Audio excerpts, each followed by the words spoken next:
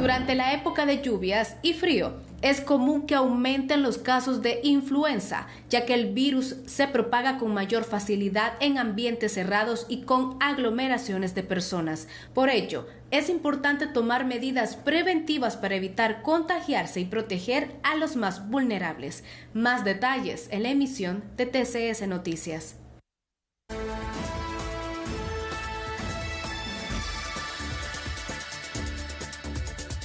Según datos del Boletín Epidemiológico del Ministerio de Salud, solo en la semana 24, es decir, entre el 9 y el 15 de junio, se reportaron más de 36,000 casos de infecciones respiratorias agudas. Asimismo, 5,840 casos de diarreas y gastroenteritis y 185 casos de dengue. De acuerdo a especialistas, estos son los principales padecimientos que ocurren en temporadas de lluvia. Y precisamente para ampliarnos sobre esta temática nos acompaña esta mañana en el estudio el doctor Emilio Salazar, intensivista, y le damos la más cordial bienvenida. Gracias por acompañarnos, doctor. Muy buenos días y buenos días a todos los televidentes. Y es bien oportuno venir a platicar de estos temas porque tenemos que saber cómo proteger nuestra salud y lo que sucede cuando las lluvias se incrementan y hay climas fríos. Es bien importante pues recordar que la transmisión de las infecciones respiratorias agudas puede aumentarse en esta época.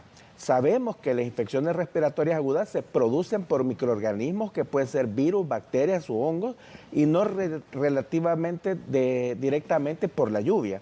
Pero lo que ocurre cuando hay lluvia y hay clima frío es que nuestro sistema inmunológico se debilita e incluso ciertas estructuras que tenemos en nuestra vía aérea, en nuestros bronquios, en nuestras tráqueas, que son unos cilios que se encargan de expulsar estas bacterias y estos virus, también se debilita y nos hace más vulnerables de presentar infecciones respiratorias agudas, entre ellas la influenza. Esto es sumamente importante porque la influenza puede haber un pequeño porcentaje de casos que sean asintomáticos, es decir, personas que tienen la enfermedad y no van a desarrollar síntomas. Puede haber un amplio grupo de la población que va a presentar una forma de influenza leve con los síntomas de una gripe, lo que alguien podría confundir con una gripe común o un resfrío, que básicamente va a tener fiebre, dolor de cabeza, congestión nasal, tos seca, que puede ocasionar incluso dolor al toser en la espalda, pero estos son síntomas leves y pueden confundirse con una gripe que no representa mayor peligro. Pero hay un pequeño porcentaje de población que puede desarrollar formas graves de la enfermedad y nos referimos a los grupos más vulnerables, que son los niños menores de 6 años y los adultos arriba de 65 años y que puedan además padecer de una enfermedad crónica. Ahora, con las lluvias que hemos tenido y con las inundaciones, el riesgo de adquirir esta enfermedad es mayor. Afortunadamente, para la influenza A hay una prueba que puede detectar los casos de influenza, que es el hisopado nasal, que actualmente se hace con muchos virus como COVID-19, influenza A, influenza B y virus sincitial respiratorio. Lo importante de esto es que a las personas que están en los grupos vulnerables o que podemos esperar que presenten una complicación con influenza, si usted tiene acceso y logra hacer una prueba y demostrar que es un caso de influenza A, hay un tratamiento, un antiviral, el oseltamivir, que está demostrado a nivel mundial que si usted lo ocupa en los primeros 2 días de la enfermedad, tiene la efectividad de disminuir la probabilidad de progresión a una forma grave. Y esto es muy importante, pero también es importante que si usted tiene síntomas gripales, no se automedique y sobre todo que no use antibióticos a menos que su médico se los indique, porque como vemos, la mayoría de infecciones respiratorias agudas son ocasionadas por virus, los cuales no van a responder a los antibióticos. Además, tomar antibióticos indiscriminadamente destruye unas bacterias que tenemos en nuestro cuerpo y que nos protege. Y lo peor aún, que aumenta la resistencia de las bacterias al uso de los antibióticos. Doctor, es importante, con toda esta información que nos ha brindado, es importante que también las personas logren detectar qué es lo que tal vez hace la diferencia de la influenza con otras enfermedades que pueden hacerse muy similares a ella. Los cuadros clínicos son muy similares y realmente al final es a través de las pruebas científicas que podemos diferenciar un caso de otro de influenza. Pero también es muy importante recordar que la influenza, además de dar los síntomas leves que hemos mencionado, puede dar también síntomas gastrointestinales. Una persona puede pronto tener náuseas, un poquito de dolor abdominal e incluso diarrea, aunado a los síntomas respiratorios, y esto suele ocurrir en la influenza. Además, debemos recordar que la influenza puede ser prevenible, es una enfermedad que hoy por hoy hay una vacuna contra la influenza que debe aplicarse una vez al año, y esto le va a ayudar a tener una prevención de esta enfermedad, sobre todo en los grupos de riesgo. Es importante también recordar que tenemos que continuar con lo que ya aprendimos en la pandemia, usar nuestra mascarilla, lavarnos las manos frecuentemente y evitar sobre todo las aglomeraciones. Y ahora que está haciendo frío, que está cayendo lluvia, evite mojarse, y si lo hace, lo que tiene que hacer es ir a secarse inmediatamente, cambiar toda su ropa y abrigarse.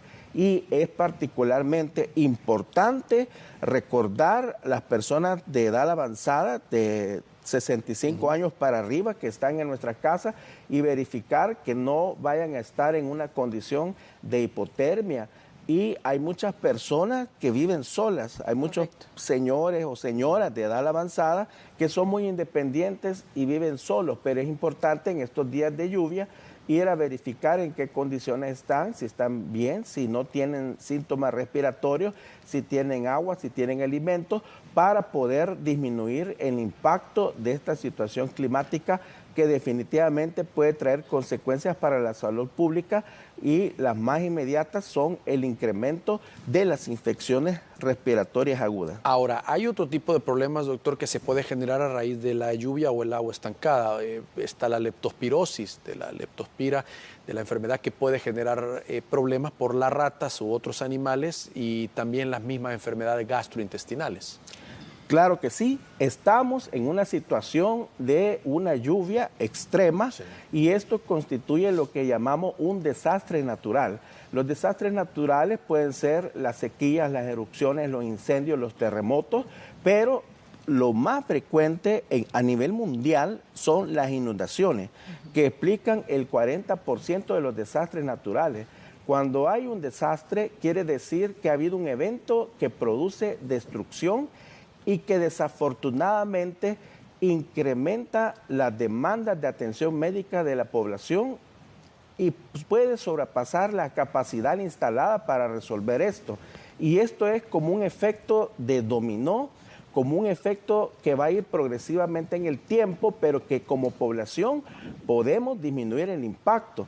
Definitivamente las instituciones están brindando una respuesta espectacular ante esta emergencia, pero también debo hacer un llamado a la responsabilidad individual y mencionar rapidito lo que puede ocurrir cuando ocurre un desastre natural y que hay inundaciones. Primero vienen las infecciones respiratorias agudas de una forma inmediata, luego, como hay desbordamiento de ríos, hay acúmulo de agua, esto es lo perfecto para que el zancudo pueda reproducirse, depositar sus huevos, aumentar la población de zancudos, y esto puede dar en algún momento determinado incremento en los casos de estas enfermedades que transmite el zancudo, como el dengue, el zika y la chikungunya. Esto también lo podemos evitar como población revisando, mi amigo televidente, en este momento que no haya nada, al menos en su jardín, en su patio, que pueda acumular agua, como taparroscas, corcholatas, estopas de coco, llantas o cualquier objeto que pueda acumular agua. Usted tiene que eliminarlo para disminuir el impacto. El zancudo tiene una capacidad de vuelo apenas de 60 a 80 kilómetros. Entonces, las acciones que hagamos como ciudadanos tienen mucho que ver en proteger nuestra salud. Y luego, pues, el agua, el acceso a los alimentos, la movilización de las personas a albergues, Ayer pues ya iban alrededor de 1000 familias que estaban en albergue y en general lo que puede dificultarse, sobre todo en áreas difíciles como las áreas rurales, es el acceso a agua potable, el acceso a alimentos higiénicamente preparados y el tercer elemento que puede impactar la salud pública es el incremento de las infecciones gastrointestinales, que sabemos que los rotavirus es lo más frecuente, pero también podemos tener casos de salmonela o tifoidea, giardia y shigella. Ahora, todas estas infecciones gastrointestinales, ¿cómo podemos disminuir el impacto de este evento? Pues definitivamente reforzando nuestra higiene, lavando nuestras manos antes de comer, después de ir al baño, lavando nuestras manos adecuadamente antes de preparar nuestros alimentos y lavando adecuadamente nuestras frutas y verduras que consumimos para disminuir la transmisión de enfermedades. Como podemos ver, después de una inundación se puede experimentar un impacto en la salud pública. Pero los tres fenómenos, las infecciones respiratorias agudas, las enfermedades transmitidas por el zancudo y las infecciones gastrointestinales, tenemos un papel muy importante como ciudadanos, como personas, como padre de familia o como madre de familia para tomar hoy las recomendaciones pertinentes y poder frenar o disminuir o mitigar el impacto de este evento de las lluvias y poder tener una mejor salud. Doctor, usted mencionaba algo muy importante, las autoridades están tratando de ayudar a las personas lo más pronto posible que de repente necesiten atención médica para cualquiera de estas enfermedades. Pero ¿cómo en casa nosotros podemos tener o qué es lo que realmente debemos tener mientras nos trasladamos al médico o pedimos asistencia médica? ¿Qué es lo fundamental como población que debemos tener en casa? Lo más importante es tener un alto sentido de sospecha de gravedad de las enfermedades. A los primeros síntomas, usted tiene que abocarse a sus médicos de confianza, tanto en las instituciones como FOSalud, el Seguro Social, y de hecho la medicina va evolucionando. Nunca una llamada telefónica va a poder reemplazar una consulta presencial. Pero en momentos como hoy en los que llueve es importante resaltar la labor que puede tener la telemedicina. Una persona puede tener síntomas y como es natural no tiene todo el conocimiento médico. A través de una llamada a los números de emergencia del SEM o del Seguro Social que están habilitados o a sus médicos de la red privada de confianza, usted puede comentar, mire doctor, mi hijo tiene estos síntomas, y al menos pues podemos orientarle y decirle, mire, tiene un cuadro gripal, dele manejo en casa con antigripales, controle la fiebre, o por el contrario, podemos determinar que usted tiene síntomas de gravedad y poder decirle, mire, lo que usted necesita requiere estrictamente una evaluación presencial. Ahora, es importante pues tener un botiquín con algunos medicamentos. Como norma general, usted puede tener antigripales, puede tener medicamentos para bajar la fiebre, porque tiene que controlar la fiebre. Y especialmente en un país como el nuestro, El Salvador, un país tropical, donde es probable que haya infecciones por dengue y sabemos el dengue puede dar complicaciones hemorrágicas. El único medicamento recomendado para disminuir la fiebre es el acetaminofén en sus diferentes nombres, acetaminofén, paracetamol, Tylenol, Tylex, porque los otros medicamentos que usualmente podemos utilizar para disminuir la fiebre están asociados con hemorragia. Hasta no demostrar que no se trata de dengue, lo que usted tiene que hacer para controlar la fiebre es utilizar acetaminofén y debe tenerlo en casa.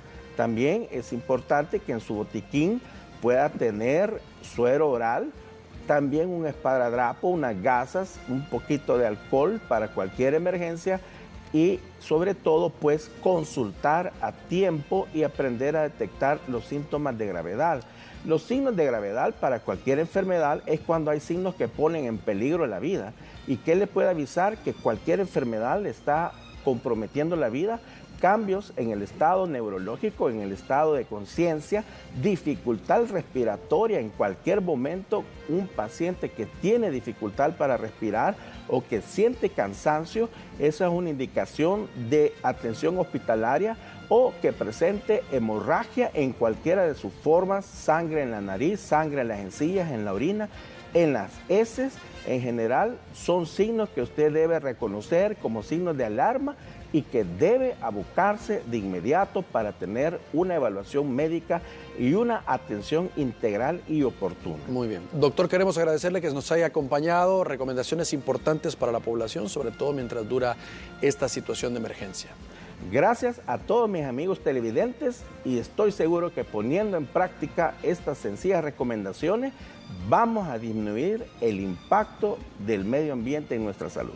Primero Dios que sí, doctor. Muchísimas gracias.